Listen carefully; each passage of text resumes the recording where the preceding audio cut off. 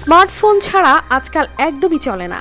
ঘরে বাইরে এমনকি রাস্তায় চলার সময় মাথা ঝুঁকে চালাতে হয় স্মার্টফোন। তবে এবার আসছে মাথা সোজা রেখে চলার দিন।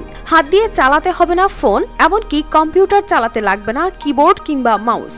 মনে মনে ভেবেই করা যাবে কম্পিউটারের কাজ, নিয়ন্ত্রণ করা যাবে কার্সর ও মাউস। এমনই এক নতুন প্রযুক্তি আনছেন ইলন মাস্ক।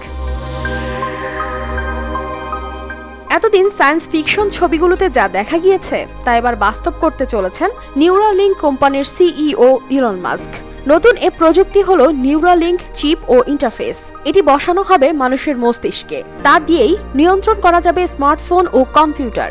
ব্রেনের ইশারাতে ক্লিক করা যাবে মাউস। সম্প্রতি এক্স হ্যান্ডেলে এমনই একটি ছবি শেয়ার করেছেন টেসলা কর্তা। ছবি থেকে বোঝা যায় ফোনের মতো মস্তিষ্ক থেকে নিয়ন্ত্রণ হবে সবকিছু।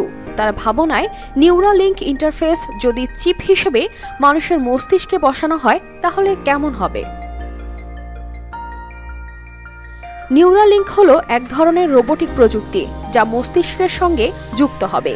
যেহেতু এটি একটি চিপ, তাই ভাবনা দিয়েই স্মার্টফোন, ট্যাব এবং কম্পিউটার নিয়ন্ত্রণ করা যাবে। ডেটা সরবরাহ হবে সম্পূর্ণ ওয়্যারলেস উপায়ে, ঠিক যেমন গান শোনা হয় ওয়্যারলেস ইয়ারফোনে।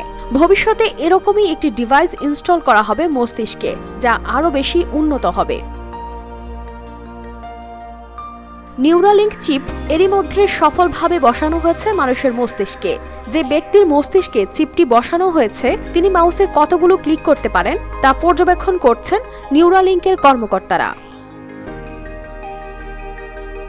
নিউরালিঙ্ক আগেই জানিয়েছিল তাদের প্রাথমিক লক্ষ্য হচ্ছে ব্রেনে বসানো চিপের সাহায্যে মানুষ যাতে নিয়ন্ত্রণ করতে পারে তাদের কম্পিউটারের কার্সর ও মাউস।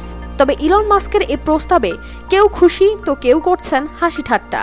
কেউ কেউ মন্তব্য করছেন মস্তিষ্কে অপারেশন করার চেয়ে স্মার্টফোন ব্যবহার করাই ভালো। কানিস ফাতেমা শিমু, RTV।